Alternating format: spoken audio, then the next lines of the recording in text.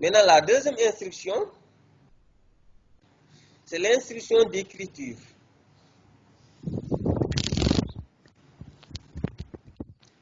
Donc, l'instruction d'écriture, donc, ça utilise la fonction printf. Donc, ici, il faut utiliser une fonction donc, qui est définie dans une librairie. Donc, pour utiliser la fonction printf, il faut ajouter la librairie stdio.h dans le programme avec la directive js-include. C'est pourquoi dans l'exemple de tout à l'heure, j'avais mis la directive js-include stdio.h.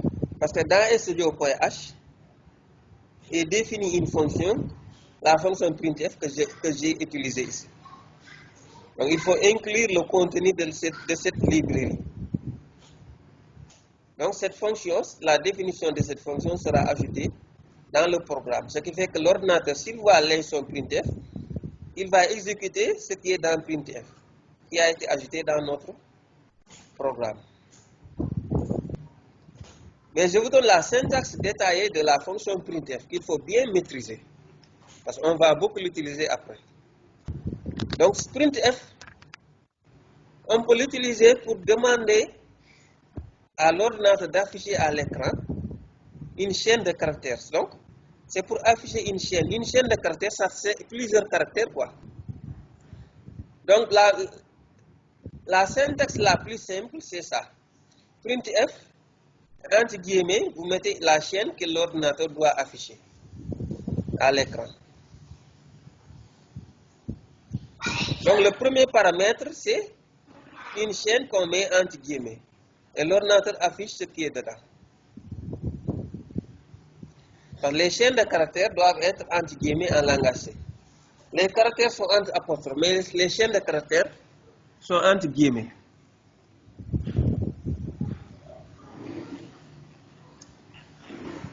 Donc, vous mettez la chaîne entre guillemets. Donc, dans l'exemple de la dernière fois, donc on a mis l'instruction printf bonjour.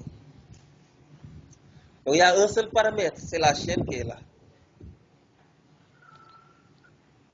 Donc, si vous faites ça, l'ordinateur affiche bonjour, comme on l'avait vu avec l'exemple de la dernière fois. Donc, je sors l'exemple de la dernière fois. Donc, j'ouvre notre programme Hello. Mais, donc j'ai le programme de la dernière fois. Pour ne pas le modifier, le perdre, je vais faire une copie. Donc, si vous avez un programme, donc si vous voulez faire une copie du programme sous un autre nom, vous allez dans le menu File, vous faites Save As. Save File As, c'est-à-dire vous allez l'enregistrer sous un nouveau nom. Ce qui fait que quand je donne un autre nom, ici je vais mettre test printf. Test printf. On va tester la fonction printf. Test underscore printf. Donc si j'enregistre, le programme hello.c, il est fermé. Et j'ai un autre programme. Ce dernier, je peux le modifier parce que l'autre a été sauvegardé. N'est-ce pas? Si je viens ici, donc j'ai hello.c et j'ai le nouveau programme qui est une copie de l'autre. Maintenant, le nouveau, je peux le modifier. Donc, quand on fait printf bonjour, à l'exécution, je fais build and run. Si la compilation marche, l'exécution va se faire automatiquement. Donc, ça affiche, l'ordinateur affiche bonjour. Donc, ça, c'est la syntaxe simple. On met printf, on met une chaîne, un seul paramètre, c'est la chaîne qu'il faut afficher. N'est-ce pas? Ça, c'est la syntaxe la plus simple. Donc, ce qu'il faut afficher doit être en première position, entre guillemets. C'est la chaîne qu'il faut afficher. Et l'ordinateur va afficher les caractères qui sont là. Maintenant, il est possible de demander l'affichage de valeurs d'expression à l'intérieur de cette chaîne. Vous avez des expressions, vous voulez que leur valeur s'affiche dans la chaîne. Dans ce cas, il faut indiquer dans la chaîne les positions, au niveau des positions où vous voulez que ces valeurs affichent. le type de l'expression qu'il faut afficher. En utilisant ce qu'on appelle des formats des types de données à afficher. Parce que chaque type de données que je vous ai présenté tout à l'heure est associé à un format. Donc pour les types entiers, int et short int qu'on a vu, il y a le format pourcentage D qui est associé pour représenter le type. Donc pourcentage D, c'est un format qui représente le type int et short, qu'on peut utiliser dans les fonctions printf ou scanf.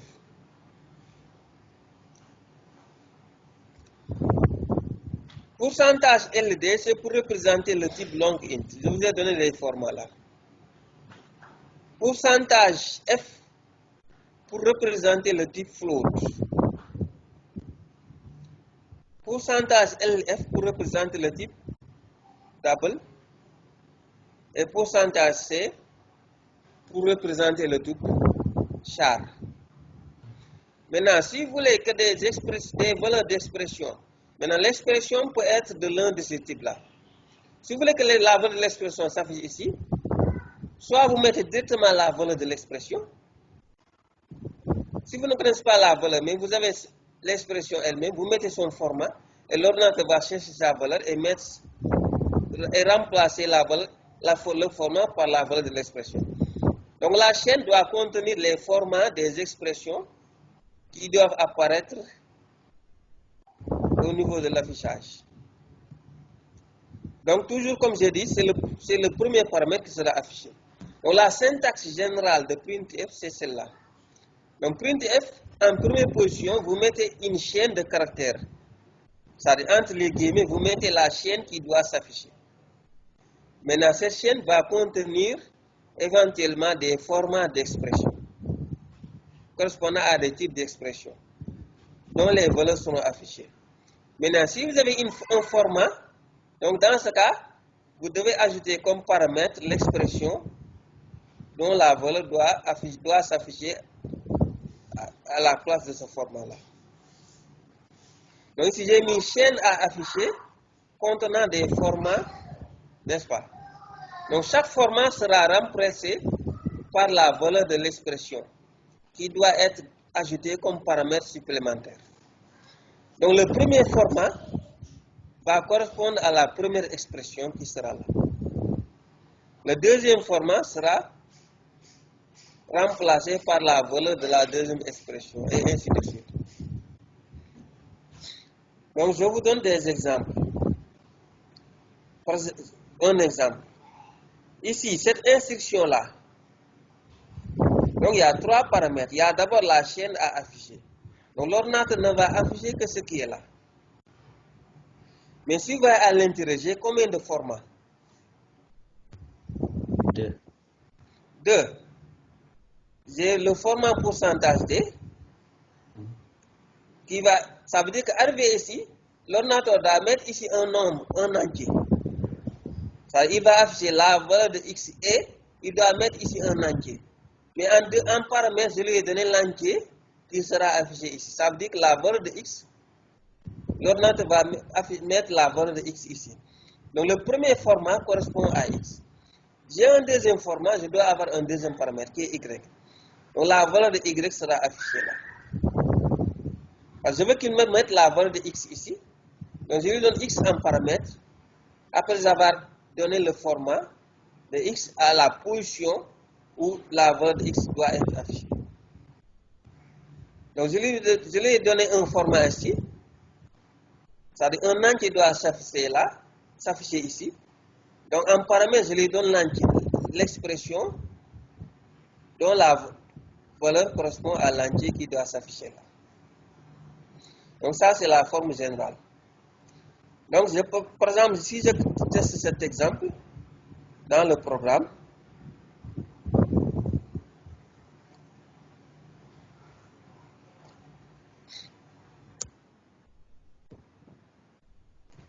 donc j'ai mes deux variables x et y qui contiennent 5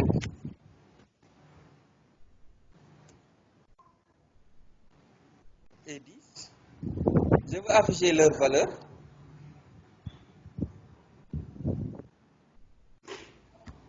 Donc je peux mettre, donc je mets cette instruction en commentaire.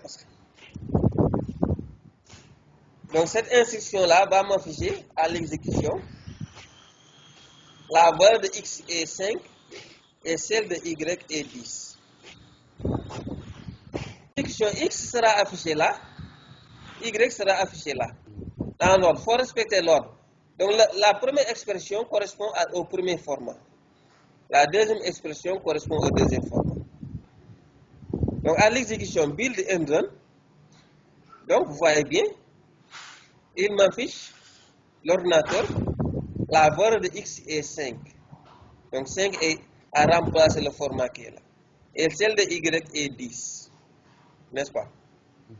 Voici l'instruction printf. Mais vous pouviez me dire pourquoi ne pas mettre directement 5 et 10 ici et ne pas utiliser de format. Ça c'est possible. Donc je mets en commentaire ça. Donc je pouvais faire la valeur de x est 5 et celle de y est 10. Dans ce cas, je n'ai pas besoin d'ajouter les expressions. Donc ça c'est correct. Ça va m'afficher la même chose que tout à l'heure. Run, build d'abord.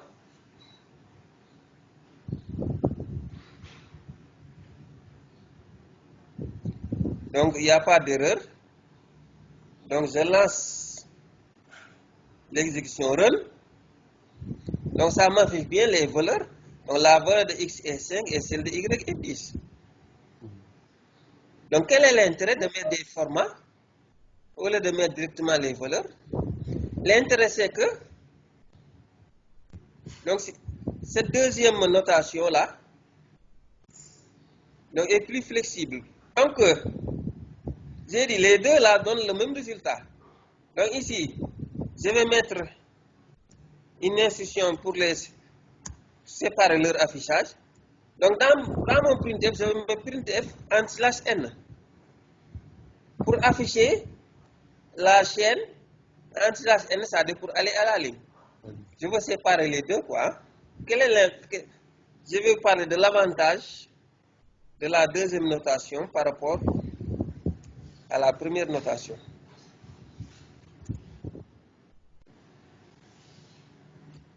Donc ça va m'afficher la valeur de x est 5 et celle de y est 10.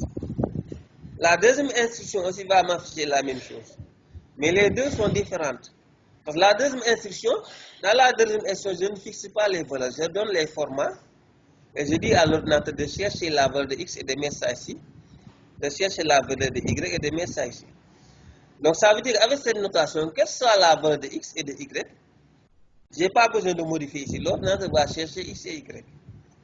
Alors avec cette notation, si je change la valeur ici, parce qu'ici, je lui ai dit d'afficher que la valeur de x est 5. Maintenant, si entre dans x contient 15, qu'est-ce qu'il faudra faire avec cette instruction? Changer encore la valeur de x. Je vais changer parce qu'ici, j'ai mis la valeur en dur. Après, ici, je n'ai pas besoin de changer.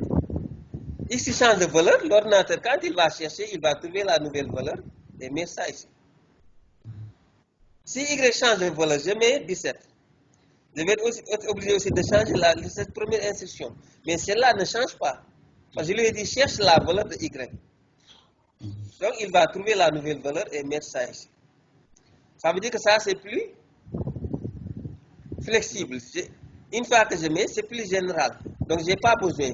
Même si x et y changent de valeur, si à la prochaine exécution, ce sont les nouvelles valeurs qui seront affichées.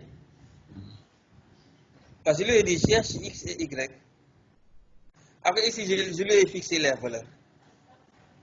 Mais les deux donnent la même chose, sauf que celle-là, si je change x et y, je dois mettre les valeurs. Quand on verra l'autre instruction, on verra encore cet avantage-là de cette deuxième notation par rapport à la première va être plus flagrant, plus visible, quand on va avoir un exemple où, a priori, on ne connaît pas x, y. C'est l'utilisateur qui va donner x, y. Donc, je lance l'exécution. voyez, les deux donnent la même chose.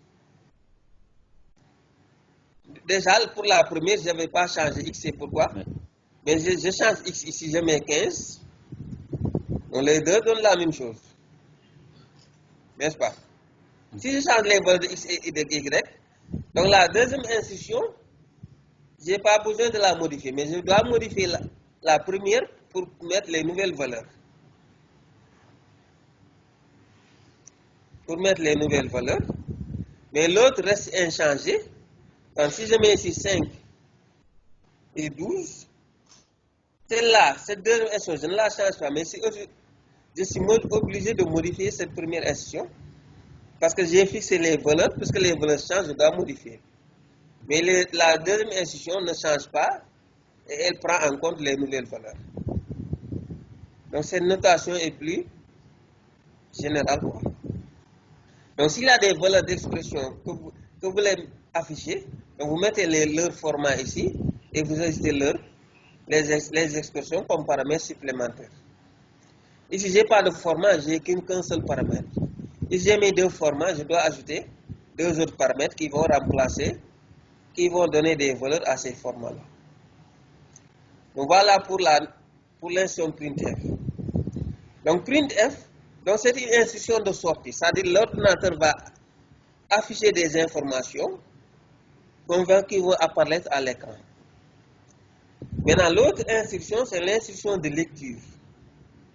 Donc c'est une instruction d'entrée.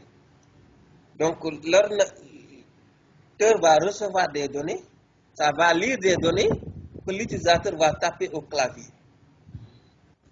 Il y a un schéma que je veux ajouter rapidement pour mieux vous expliquer ces deux instructions d'entrée-sortie. Voici comment fonctionnent les fonctions d'entrée-sortie. Donc on vient de voir la fonction printf, c'est une fonction de sortie. Donc entrée-sortie, c'est par rapport au programme. Vous voyez, le programme est relié au clavier à l'écran par deux flux. Donc avec le clavier, il y a un flux d'entrée. Le flux d'entrée, c'est comme un canal, quoi. Donc il y a des données qui peuvent passer dans ce canal, mais dans le sens clavier-programme. Donc les données entrent dans le programme. C'est quoi ici la fonction scanf, c'est une fonction d'entrée. Maintenant l'ordinateur va lire dans ce flux avec la fonction scanf. On parle aussi de fonction de lecture. Donc, les données que vous tapez au clavier, l'ordinateur va les lire, va les lire dans le canal, dans le flux. Donc la fonction scanf, c'est une fonction de lecture. Donc la fonction printf, c'est une fonction d'écriture. L'ordinateur va envoyer les données dans ce canal qui vont apparaître à l'écran. Donc c'est une fonction de sortie ou bien d'écriture ou d'affichage. N'est-ce pas? On avait printf, donc l'ordinateur écrit, donc ça passe dans ce canal et ça s'affiche à l'écran. Maintenant pour la lecture, c'est-à-dire pour l'ordinateur reçoit des données, on va lui dire, demander de lire dans ce flux-là. Pour recevoir les données que l'utilisateur va taper ici. L'utilisateur tape dans son clavier, il valide avec entrée, les données passent dans ce canal, l'ordinateur, le programme, donc l'ordinateur à l'exécution du programme va utiliser la fonction scanf pour recevoir ces données. En passant par le flux d'entrée standard qu'on appelle le flux stdin. Donc le nom de ce flux c'est stdin, de ce canal.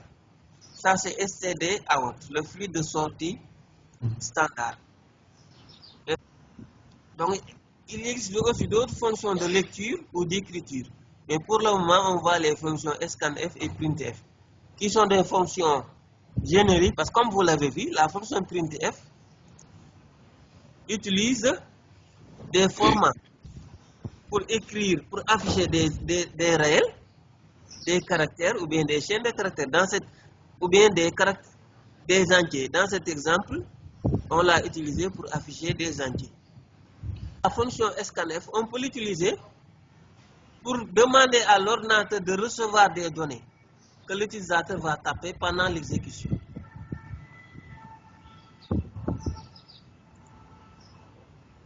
Donc, selon que l'ordinateur reçoive les données que l'utilisateur va taper ici, on lui donne l'instruction scanf avec la fonction scanf. N'est-ce pas? Donc, avec cette fonction, donc dans cette fonction, on va mettre en première position une chaîne de caractères qui contient les formats des données que l'ordinateur doit recevoir. Donc dans ces chaînes, on ne met que des formats. Ensuite, on met les adresses des variables qui vont recevoir les données. Parce que l'ordinateur doit recevoir ces données dans des variables. Donc on lui donne le format des données à lire. C'est le format correspondant au type des données à lire. S'il doit recevoir une seule information, on met un seul format. S'il doit en recevoir deux, on met deux formats. S'il doit en recevoir n, on met n formats. Et pour chaque donnée à lire, il faut préciser quelle est la variable qui va contenir la donnée reçue. Et en donnant l'adresse de la variable. L'adresse d'une variable est désignée en utilisant le symbole et commercial. Chaque emplacement en mémoire a une adresse. Comme dans la vie courante. Donc la mémoire, c'est comme un vaste domaine. Maintenant, dans ce domaine, on peut découper des parcelles. Quand on déclare une variable, c'est comme on lui découpe une parcelle dans le domaine. Et chaque parcelle a une adresse. N'est-ce pas? Si je veux faire référence à la parcelle, je donne son adresse. Donc chaque variable a une adresse en mémoire. Maintenant, pour désigner l'adresse, on met un commercial. Un commercial au nom de la variable. Ça permet au système de retrouver la variable dans la mémoire et de mettre l'information lue. Je vous donne un exemple. Revenons à notre programme de tout à l'heure. Donc je vais, pour ne pas perdre celui-là, je vais en faire une copie. Je vais file save as. Mais je l'appelle test scanf. Scanf.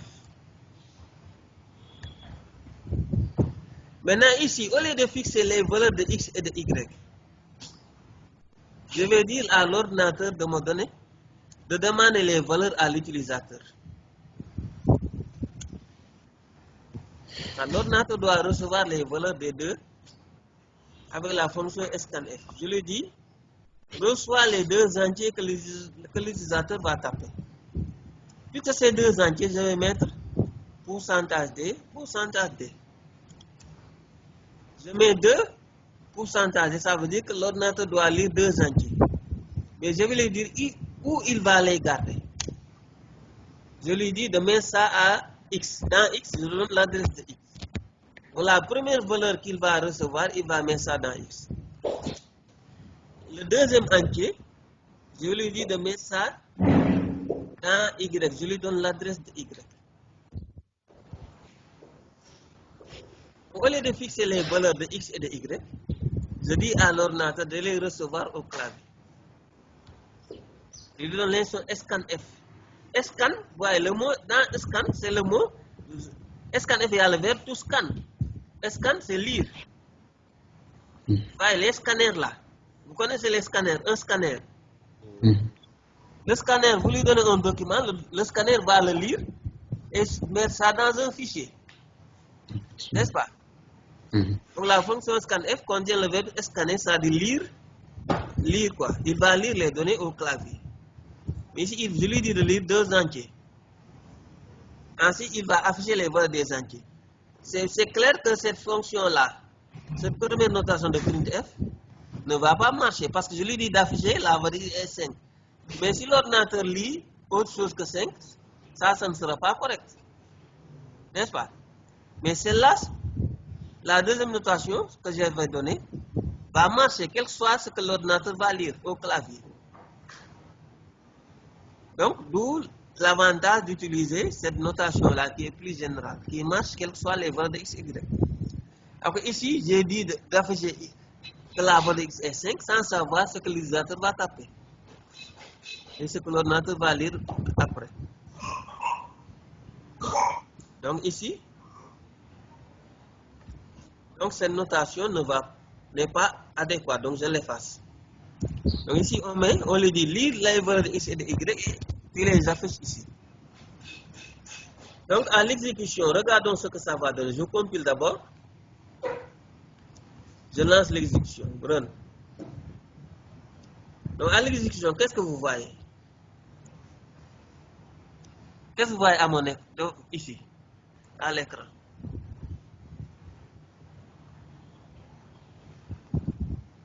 Répondez, qu'est-ce que vous avez vu? Ou bien vous ne m'entendez? Si. Oui. Donc vous voyez le curseur qui clignote, ça c'est le curseur. Oui. L'ordinateur attend parce qu'il est bloqué ici. Ok. Mais l'utilisateur, nous, actuellement nous sommes les utilisateurs. Nous, qu'est-ce que nous voyons?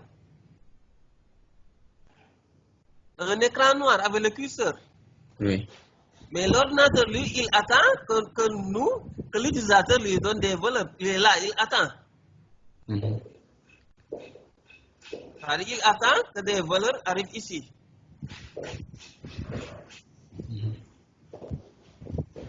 Il attend que des valeurs arrivent ici. Parce qu'il est en train de lire dans le canal, mais pour le moment, il n'y a rien. Il attend. Il lit ici, mais puisqu'il n'y a pas d'information qui est arrivée, il attend. Tant que l'utilisateur ne tape pas de valeur, il va attendre. Donc je compile.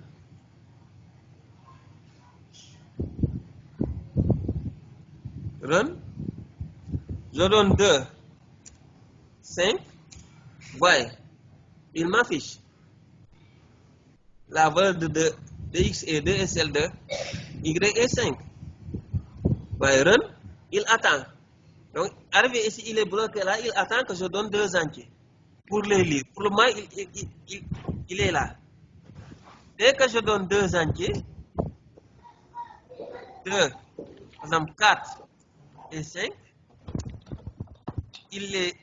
donc cette instruction se termine, il passe à l'instruction suivante pour m'afficher les 2 valeurs que j'ai tapées. N'est-ce pas? Mais si vous voyez, on peut améliorer ce programme. Parce que si vous voyez, au début de l'exécution, il y a l'écran noir. L'utilisateur, rien ne lui dit qu'il doit taper 2 entiers. N'est-ce pas? Ouais. Mais puisque c'est moi qui ai fait le programme, je sais qu'il y a l'ordinateur attend. Mais un autre utilisateur qui n'a pas fait le programme, qui voit ça, il ne sait pas qu'il doit taper 2 entiers. C'est comme si vous ouvrez une application qui attend votre nom et votre mot de passe, mais qui ne vous affiche pas de message. Si c'est la première fois que vous utilisez l'application, vous pouvez ne pas savoir que vous devez donner votre nom et votre mot de passe.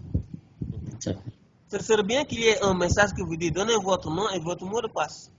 Donc la fonction scanf aussi, qui demande à l'ordinateur de lire des données, tapées par l'utilisateur, donc doit être précédée souvent par une instruction qui va dire à l'utilisateur de donner des valeurs. Donc avant de dire à l'ordinateur de lire des informations, il faut lui donner comme instruction d'affichage. Il faut lui dire, demande à l'utilisateur les données. Je dis à l'ordinateur, affiche l'information là à l'écran. Donnez 2 entiers. Donc je mets l'instruction printf pour dire à l'ordinateur, affiche ce message à l'utilisateur. C'est-à-dire demande à l'utilisateur de te donner 2 entiers. Vous voyez, printf donner 2 entiers. Vous voyez.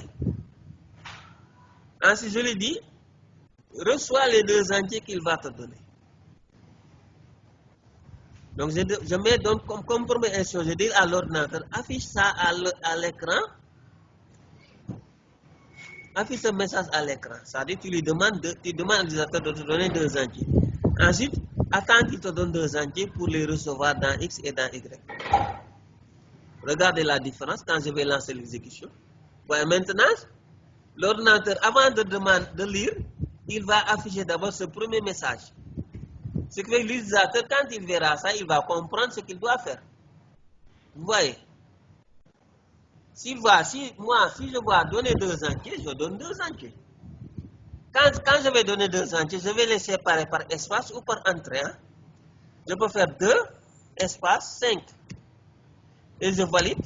Et l'ordinateur va les lire avec la fonction scanf et exécuter l'instruction printf pour afficher les valeurs et terminer le programme.